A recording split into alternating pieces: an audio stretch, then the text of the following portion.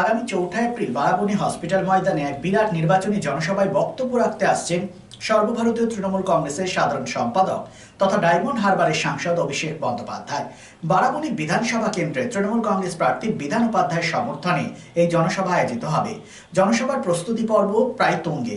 যুদ্ধকালীন তৎপরতায় একদিকে যেমন মঞ্চ বাঁধার কাজ চলছে, তেমনি অস্থায়ী হেলিপ্যাড নির্মিত হচ্ছে। পাশাপাশি নিশ্চিত নিরাপত্তা বলয় তৈরি করা হয়েছে, যাতে কোনো রকম অপ্রীতিকর ঘটনা না ঘটে। তার জন্য কিন্তু মঞ্চ বাঁধার সময় এবং অস্থায়ী হেলিপ্যাড নির্মিত হচ্ছে, সেই সময় প্রশাসনের নজরদারি ছিল চোখে পড়ার মতো।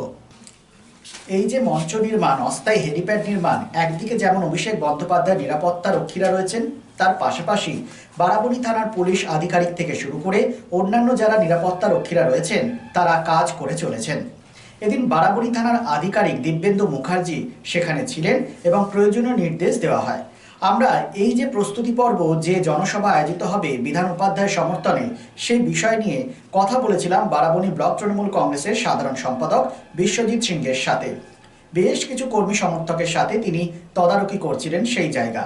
কি বলেছেন বারাবণী ব্লক তৃণমূল কংগ্রেসের সাধারণ সম্পাদক বিশ্বজিৎ সিংহ, শোনাবো আপনাদের। প্রথম দফার যে নির্বাচন পশ্চিমবঙ্গ বিধানসভা, সেখানে বারাবণীতে নির্বাচন হচ্ছে। বারাবণী বিধানসভা মানে হচ্ছে বারাবণী ব্লক, সালানপুর ব্লক এবং চিত্তরঞ্জন ব্লক নিয়ে। এই নির্বাচনে মহারণে 1 ইঞ্চি জমি ছাড়তে নারাজ তৃণমূল কংগ্রেস। কারণ বোঝাতে হচ্ছে যে দলের সর্বভারতীয় সাধারণ সম্পাদক তথা ডায়মন্ড হারবারের সাংসদ অভিষেক বন্দ্যোপাধ্যায় 4 এপ্রিল বারাবণীর যে হসপিটাল ময়দান রয়েছে সেখানে একটি বিশাল জনসভায় কর্মীদের এবং সাধারণ মানুষকে বার্তা দিতে আসছেন। তার এই জনসভা ঘিরে বিশাল একটা প্রস্তুতি পর্ব চলছে।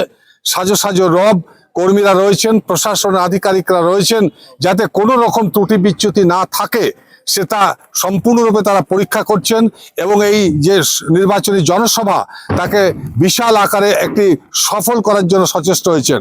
আমি ক্যামেরা পার্সন রাজাকে বলবো প্রথমেই একটু ক্যামেরাটা ঘুরিয়ে, বাঁদিকে হেলিপ্যাড, অস্থায়ী হেলিপ্যাড নির্মিত হচ্ছে। এই হেলিপ্যাডে তিনি অবতরণ করবেন। পরবর্তী পর্যায়ে তিনি যে অস্থায়ী রাস্তা তৈরি করা হচ্ছে সেই পথে কার্পেট বিছানো রাস্তায় তিনি আসবেন এবং মূল মঞ্চে প্রবেশ করবেন। জনসভাতে প্রায় 30,000 লোক থাকবে এটা আশা প্রকাশ করছেন প্রার্থী বিধান উপাধ্যায়। তথাপি অনুমান যেটা হচ্ছে যে 30,000-এর অনেক বেশি লোক কিন্তু এখানে আসার সম্ভাবনা রয়েছে। এখন প্রশাসন কতটা সুদক্ষভাবে এবং তৃণমূল কংগ্রেসের কর্মীরা কতটা সুদক্ষভাবে এই জনসভাকে সুচারুরূপে সম্পন্ন করতে পারে সেটাই এখন দেখার বিষয়। এখানে উপস্থিত রয়েছেন এই মধ্যাহ্নের দ্বীপ্রহরে যে প্রচন্ড সূর্যের তাপ, তার মধ্যেও কিন্তু এখানে কর্মীরা উপস্থিত রয়েছেন, তারা দেখভাল করছেন। এবং এখানে রয়েছেন বিশ্বজিৎ সিংহ, বারাবণী ব্লক তৃণমূল কংগ্রেসের সাধারণ সম্পাদক, এছাড়া আরো অন্যান্য কর্মীরা রয়েছেন, সিনিয়র প্রবীণ কর্মীরা রয়েছেন। আমরা তাদের সাথে কথা বলবো কতটা তারা আগ্রহী, কতটা উদ্গ্রীব, কতটা তারা চাইছেন যে এই জনসভা অভিষেক বন্দ্যোপাধ্যায় কি বার্তা দেন এবং সেই বার্তা নিয়ে আগামী দিনে তারা আরো লক্ষ্যে এগিয়ে যাবেন। নমস্কার বিশ্বজিৎ বাবু, দেখতে পাচ্ছি কর্মীদের নিয়ে এই যে চড়া রোদ, তার মধ্যে আপনারা রয়েছেন মাঠের মধ্যে। মূলত কি পরিলক্ষিত হচ্ছে, কি প্রস্তুতি পর্ব চলছে? এলাকার মানুষ অপেক্ষা করছে 4 তারিখের জন্য, যেখানে আমাদের যুব সমাজের আইকন, আমাদের পশ্চিমবঙ্গের ভবিষ্যৎ, আমাদের তৃণমূল কংগ্রেসের আবেগ অভিষেক বন্দ্যোপাধ্যায় আমাদের 4 তারিখ এখানে আসছেন। এবং আমরা সবাই রেডি এবং আমাদের তৃণমূল কংগ্রেসের নেতৃত্ব কর্মী সবাই নিয়ে কেউ ঝান্ডা বাঁধছে, কেউ ঝান্ডা পিটছে, কেউ পোস্টার করছে, কেউ দেওয়াল লিখন চলছে, সবাই সব দিকে কাজ করছে এবং সকলে আমরা ঐক্যবদ্ধভাবে যাতে এই কাজটি সুসম্পন্ন করা যায় সেটাই আমরা দেখছি। এবং আমাদের নেতা বিধান উপাধ্যায় প্রচারে ব্যস্ত আছেন, আমাদের ব্লক প্রেসিডেন্ট অসিত সিংহ প্রচারে ব্যস্ত আছে, নানা ধরনের নেতৃত্বরা সবাই প্রচারে ব্যস্ত আছে। এই প্রচারের মাঝেও আমাদের 4 তারিখে যে একটা মহারণ, এখানে একটা বিশাল সভা এখানে হতে চলেছে এবং আমরা প্রচুর খুশি যে আমাদের বিধানসভায়, আমার প্রতিবার বিধানসভা ভোট হয়েছে কিন্তু এই বছর প্রথম আমাদের বারাবণী ব্লকের পানুরিয়া পঞ্চায়েতে প্রথম অভিষেক বন্দ্যোপাধ্যায় এখানে আসছেন। তো অভিষেক বন্দ্যোপাধ্যায়কে আমরা তৃণমূল কংগ্রেসের পক্ষ থেকে স্বাগত জানাই এবং তৃণমূল কংগ্রেসের প্রতিটি কর্মী সমর্থক, সবাই নেতৃত্ব সবাই কিন্তু রেডি আছে অভিষেক বন্দ্যোপাধ্যায়কে এখানে সুস্বাগতম জানানোর জন্য। কথা হয়েছে আমাদের 12টা থেকে মিছিল শুরু হবে এবং আমরা এলাকার মানুষজনকে সকলকে অনুরোধ করব, আপনারা 11:30টার মধ্যে আপনারা সবাই আমাদের যে মঞ্চ আছে বা সেখানে আমাদের সেখানে সবাই আমাদের যে পানুরিয়া ফুটবল, আমাদের যে পানুরিয়া আমবাগান মাঠ, সেখানে আপনারা সবাই এসে উপস্থিত হন। আশা করা যাচ্ছে সেখানে প্রার্থী ঘোষণা করেছেন অরিজিৎ রায়কে, যিনি 2021-এ আপনাদের প্রার্থী বিধান উপাধ্যায়ের কাছে হেরে গিয়েছিলেন। এটা কি চ্যালেঞ্জিং মনে হচ্ছে এবার? কিছু চ্যালেঞ্জিং নয়। ওরা তো টিকিট ওইখানে ক্যান্ডিডেট তো খুঁজে পাচ্ছিল না, দেখবেন লাস্ট মোমেন্টে ওকে ক্যান্ডিডেট ডিক্লেয়ার করছে। কাউকে তো ক্যান্ডিডেট দিতে হবে, তার জন্য ওনাকে ক্যান্ডিডেট করেছে, কেননা দুবার তো উনি হেরেছেন।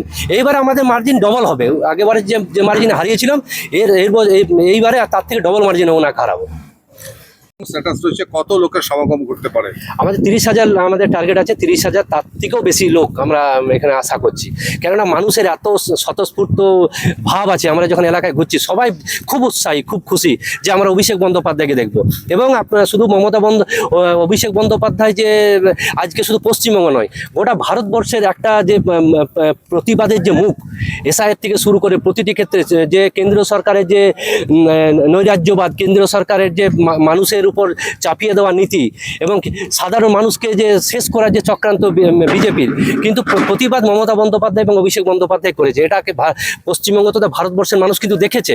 তার জন্য আজকে অভিষেক বন্দ্যোপাধ্যায় শুধু পশ্চিমবঙ্গের নেতা নন, গোটা ভারতবর্ষের নেতা। এবং দেখবেন আমাদের পার্লামেন্টের একটা দল বিদেশে গেছিল, সেখানে বিদেশের বুকে যে কথা ভারতবর্ষের কথা তুলে ধরেছে, সেটা কিন্তু অভিষেক বন্দ্যোপাধ্যায়। অর্থাৎ অভিষেক বন্দ্যোপাধ্যায় আজকে বেঙ্গলের নেতা বা ভারতবর্ষের নেতা নয়, আজ বিশ্বের নেতা অভিষেক বন্দ্যোপাধ্যায়।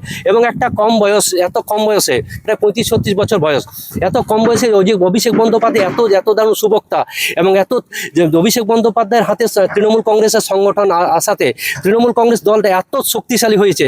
আমরা তৃণমূল কংগ্রেস করি, এতে আমরা নিজেকে গর্ব অনুভব করছি যে মমতা বন্দ্যোপাধ্যায় এবং অভিষেক বন্দ্যোপাধ্যায়ের নেতৃত্বে আমরা তৃণমূল কংগ্রেস দলটা করছি। রিকো ইলেকট্রনিক্সের পক্ষ থেকে সকলকে জানাই ক্রিসমাস ও নববর্ষের আন্তরিক শুভেচ্ছা। আজ থেকে শুরু হয়েছে এসি বুকিং স্কিম।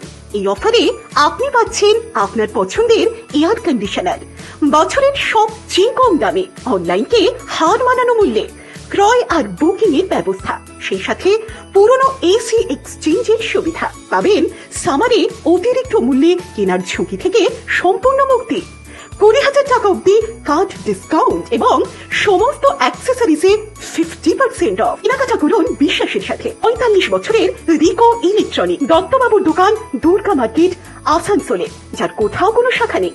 নিশ্চিত হতে কল করুন 9933056325 এই নম্বরে।